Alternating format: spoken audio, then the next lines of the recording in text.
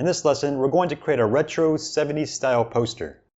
Before we begin, if you would like to use the same font I used for my poster, it's a font called Retro Jump, which I found on .font.com. I provided a link to it in the description below, so you can go ahead and download it and install it if you'd like. Just be aware that if you install the font while Inkscape is already open, you will have to restart Inkscape before you can use the font. Okay, to begin, let's create a large rectangle for the background of the poster. I'll give this a gold color. I'm also going to open the fill and stroke dialog by clicking this button in the commands bar and tweak the color a bit.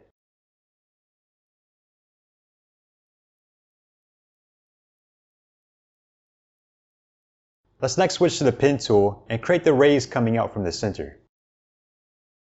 First, in order to snap to the center of this rectangle, we need to come over to the snap controls bar, make sure this button down here is toggled on, and toggle on snapping to rotation centers here. Now we can put the cursor at the center of the rectangle until we see the handle to object rotation center pop up. Click there, then click somewhere up here, then over here, then close off the path. Now let's turn off the stroke by shift clicking this red X down here, and I'll give this one a reddish fill.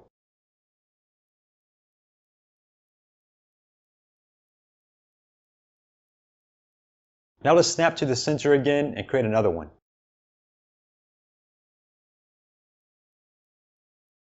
Turn off the stroke, and I will give this one a blue fill.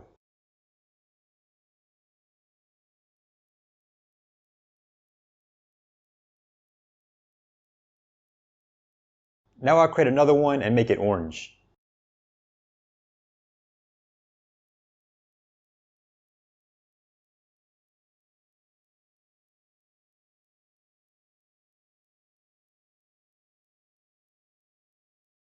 Let's create one more and make it a greenish blue color.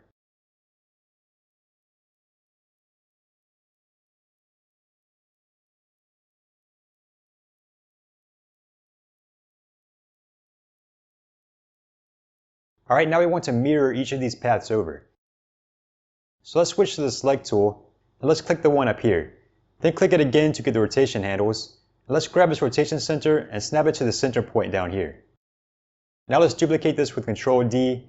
Let's flip it horizontally with this button and vertically with this button. Okay, now we can do the same for the other three.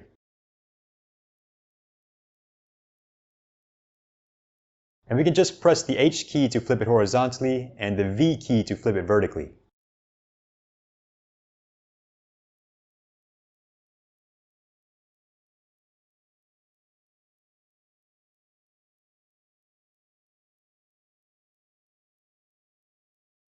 Okay, now let's select the two red ones by selecting one, then shift-clicking the other one.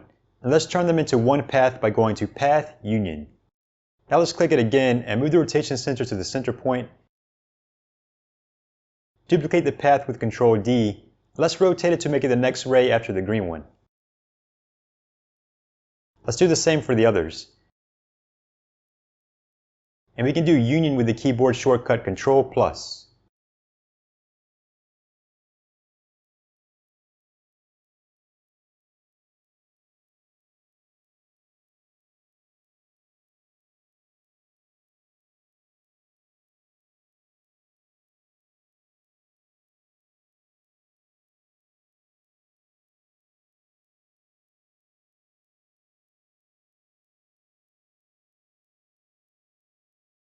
That should be good.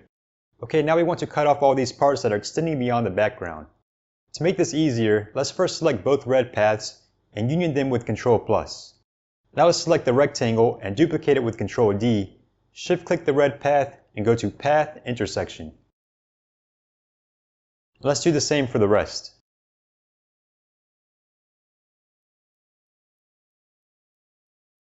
The shortcut for intersection is Ctrl**.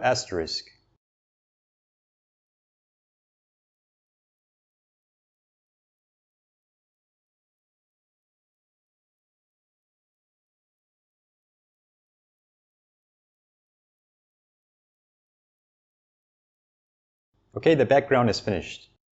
Now let's work on the text. I'm going to create the text over here first. And to pan the canvas, I'm holding down the mouse wheel and moving the mouse.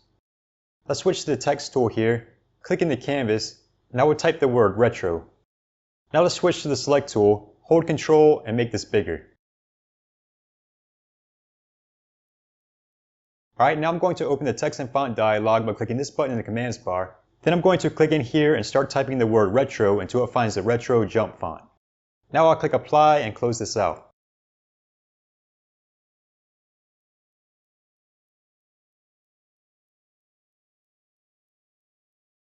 And I'll give this a bright orange fill.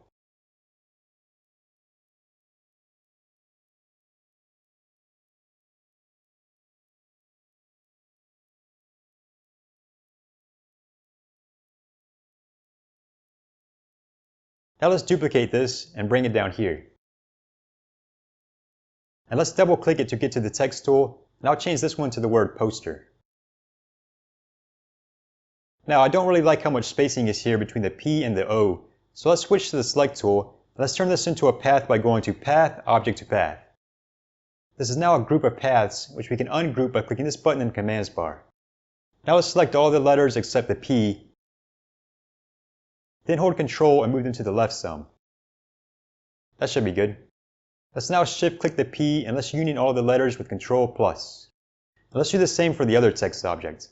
So let's select it, go to Path, Object to Path, ungroup it, then union them. Okay, I'm going to select both of these paths and center them vertically by clicking this button in the commands bar to open the Align and Distribute dialog, then clicking the Center on Vertical Axis button here. Let's now work on the borders for each of these paths. First I'm going to select just the top path, then duplicate it with Control D, and I'll give this a 90% gray fill. Now let's click this button in the controls bar to move it below the orange path. Let's outset this path by going to Path, Outset. The shortcut for Outset is Control plus the 0 key at the top of the keyboard. I would do this 1, 2, 3, 4, 5, 6, 7, 8, 9, 10 times. That should work. Let's do the same for the other text. Let's duplicate it with Control D, make it 90% gray, move it below the other path, and outset it 11 times with Control+.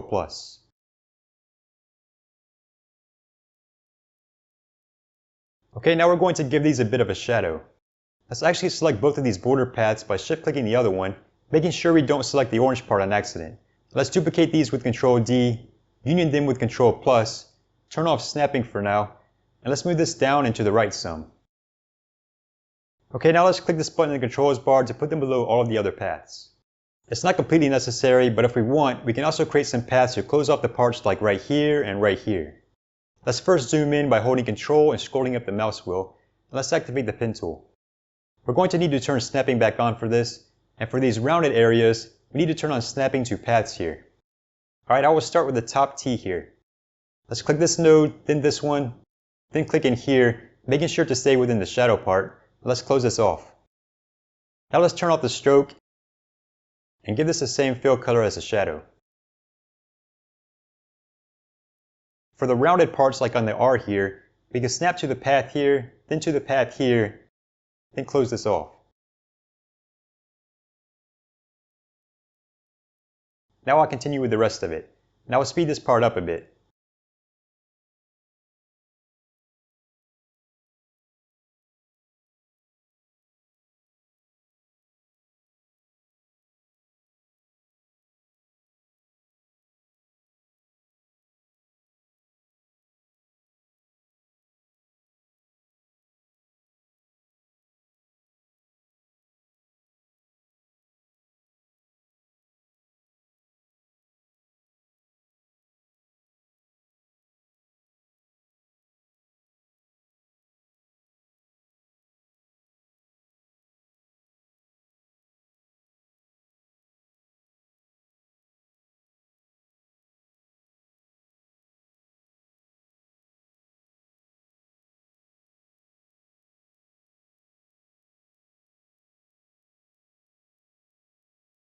Alright, that should work.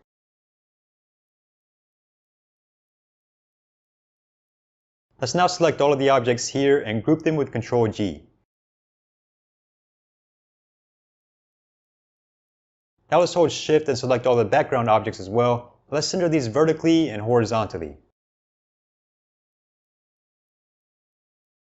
Okay, the last thing we're going to do is add a texture to the poster to make it look a bit old and grungy. For this, I'm going to go to File, Import, and import this concrete image. If you would like to use this same image to follow along, I provided a link to it in the description, but any scratchy or splatter type of texture will work great for this. Okay, after we've imported the image, let's make it bigger. And we're going to use the Trace Bitmap dialog to turn this image into a path. So let's go to Path, Trace Bitmap.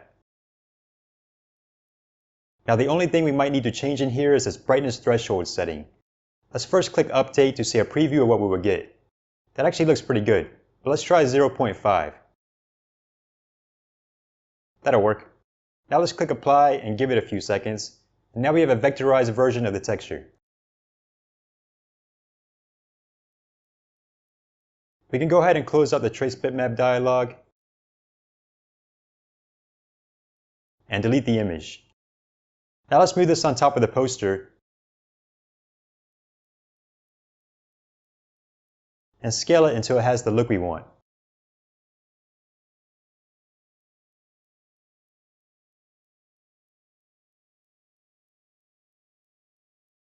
When we have it where we want it, let's select the background rectangle, which we can do by holding Alt and clicking the texture object twice over the rectangle. Duplicate it with Ctrl D, shift click the texture object, and go to Path Intersection. Okay, now let's switch to the Fill and Stroke dialog and lower the opacity of the texture some. When the texture is a dark color, it makes the poster look dirty. And if we make it a lighter color, it looks more like the ink of the poster is fading or chipping off.